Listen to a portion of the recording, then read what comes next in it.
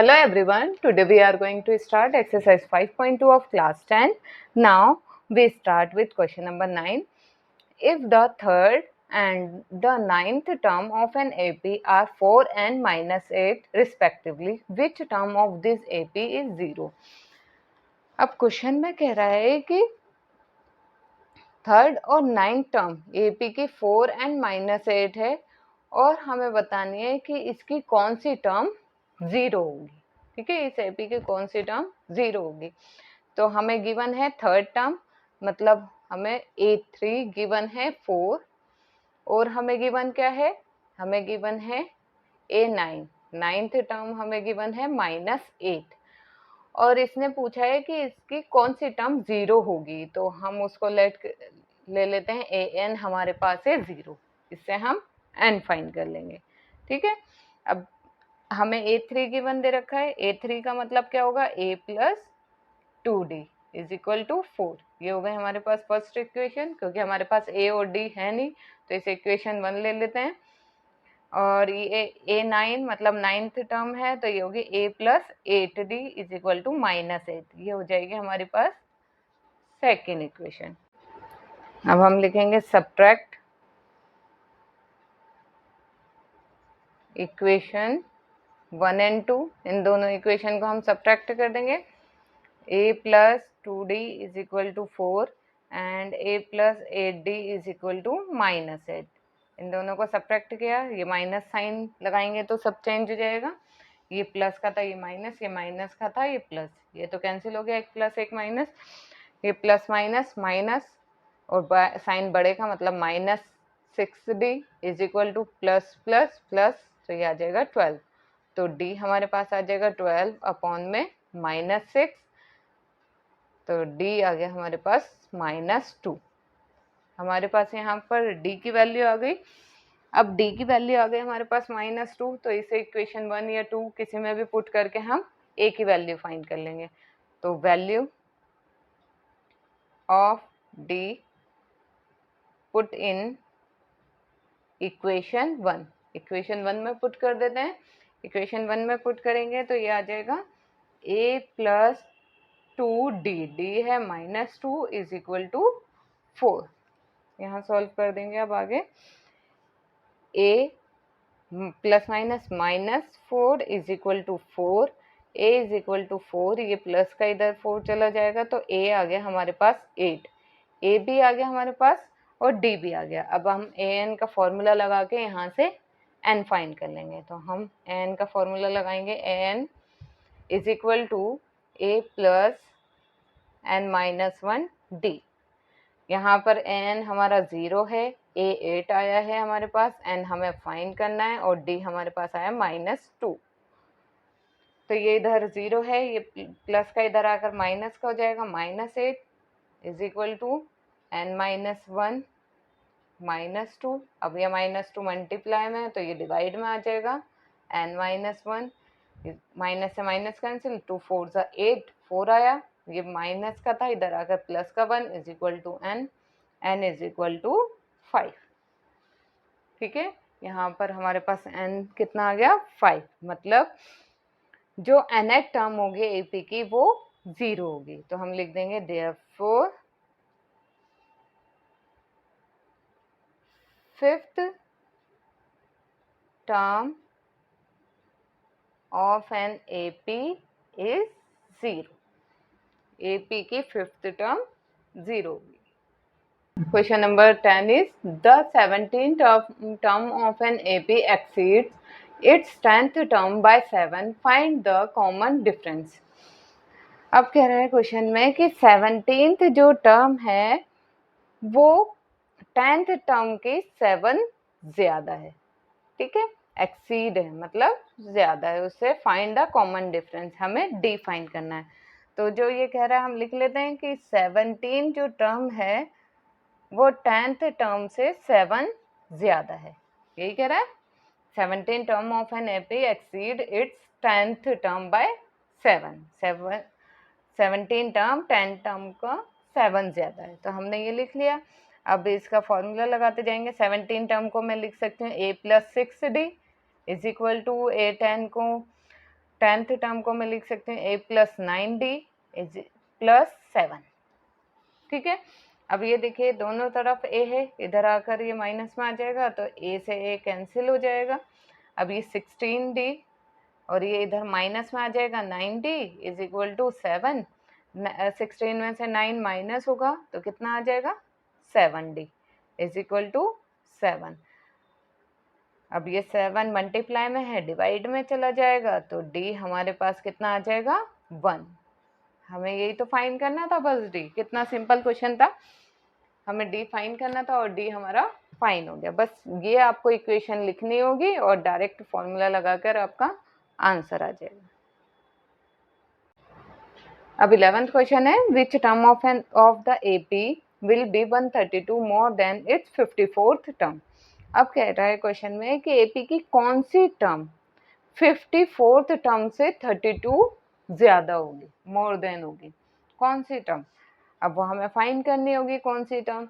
तो पहले जो हमें गिवन है एपी में से वो हम लिख लेते हैं। ए हमें गिवन है first term 3 and common different D हमें गिवन है 15 माइनस 3 a2 माइनस a1, तो कितना गिवन है हमें 12। 15 माइनस 3 12। अब अकॉर्डिंग टू क्वेश्चन के अकॉर्डिंग हमें क्या दे रखा है कि एपी की कौन सी टर्म, वो हो गया हमारी, हमें पता नहीं है कौन सी टर्म, तो इसलिए हम ले लेते हैं एन कि कौन सी टर्म 54th टर्म से 32 ज्यादा होगी, मतलब 54th टर्म से 132 ज्यादा होगी। क्लियर। तो हमें इसमें क्या फाइंड करना है, एन फाइंड करना है। तो हम इसमें फॉर्मूला पुट करते जाएंगे a plus N minus 1d और 54th टर्म को हम लिख सकते हैं a प्लस 53d प्लस 132। अब देखिए ये a इधर आकर माइनस हो जाएगा तो ये तो कैंसिल हो गया, एक प्लस एक माइनस हो जाएगा ये, और इसको हम अभी एज इट इज लिख लेते हैं। n माइनस 1 d हमारे पास है, हमें गिवन है d तो 12 इज इक्वल टू 53, d हमें गिवन है 12 प्लस 132 n माइनस 1 इंटू 12। अब मल्टीप्लाई करेंगे 53 को 12 से मल्टीप्लाई करेंगे, ये आ जाएगा 636 plus 132 N minus 1 into 12 is equal to, इन दोनों को ऐड करेंगे तो इन दोनों को ऐड करने पर आ जाएगा 768। अब ये 12 मल्टीप्लाई में है तो ये डिवाइड में चला जाएगा, तो ये 768 अपॉन में 12। अब ये 12 आया है तो 12 768 को कट कर देगा, हाँ कर सकता है ये, तो 12 के टेबल से काटेंगे तो 12 6 जा 72, 4 यहाँ चला गया 48 हो गया, वो कितने पर जाएगा 12 के टेबल पे 4 पर, ये आ गया 64। तो n is equal to minus 1 है तो इधर आकर प्लस 1 हो जाएगा, तो n हमारे पास आ जाएगा 65। ठीक, तो अब हमारा आंसर आ गया 65। इसका मतलब 65 टर्म जो होगी एपी की वो 32 मोर देन होगी 54th टर्म से, तो हम लिख सकते हैं इसे 65th टर्म। नेक्स्ट, अब हमारे पास 12th क्वेश्चन है, two APs have a same common difference, the difference between their 100 term is 100, what is the difference between their 1000th term। अब क्वेश्चन में कह रहा है कि दो एपीज हैं जिनका कॉमन डिफरेंस सेम है, तो हम एक को तो ले लेते हैं एपी जिसका होगा ए और दूसरी टर्म होगी इसकी ए प्लस डी, ए प्लस 2d, ऐसी होती है ना टर्म, ठीक है। और इसकी 100 आगे, चलिए आगे जो कह रहा है वो अभी हम देखते हैं। एपी डैश, दूसरी हमने ले ली, एक तो एपी है दूसरी एपी डैश है, तो इसका ए डैश प्लस डी डैश नहीं लिखेंगे क्योंकि डी कॉमन डिफरेंस इसने बोला है सेम है, तो हम डी ही लेंगे, ठीक है। ए डैश प्लस 2d, इस तरह से ये दूसरी एपी है हमारे पास। अब वो कह रहा है the difference between their 100 term is 100, कि उसकी 100 टर्म, इस एपी की 100 टर्म क्या होगी ए प्लस 99d, यही होगी 100 टर्म, और इस वाली एपी की क्या होगी ए डैश प्लस 99 डी। इन दोनों का डिफरेंस जो है वो 100 है। हमें बताना है कि इसके 1000 टर्म का डिफरेंस क्या होगा। ठीक है, अकॉर्डिंग टू क्वेश्चन के अकॉर्डिंग जो AP1 है उसकी 100 टर्म माइनस ए डैश के 100 टर्म का डिफरेंस 100 है, यही बोला है। और A100 क्या है, A plus 99D minus a dash plus 99D। Common difference same है इसलिए दोनों को D ही लिख रहे हैं, कोई डैश नहीं लगा रहे। ठीक है, अब A प्लस 99D माइनस अंदर का साइन चेंज हो जाएगा माइनस 99D। ठीक है, प्लस का था इसलिए ये माइनस आ गया, इज इक्वल टू 100। अब ये दोनों से होकर आ गया A minus a dash is equal to 100। अब हमसे बोला 1000 टर्म का डिफरेंस क्या होगा, तो A 1000 minus a dash 1000 term.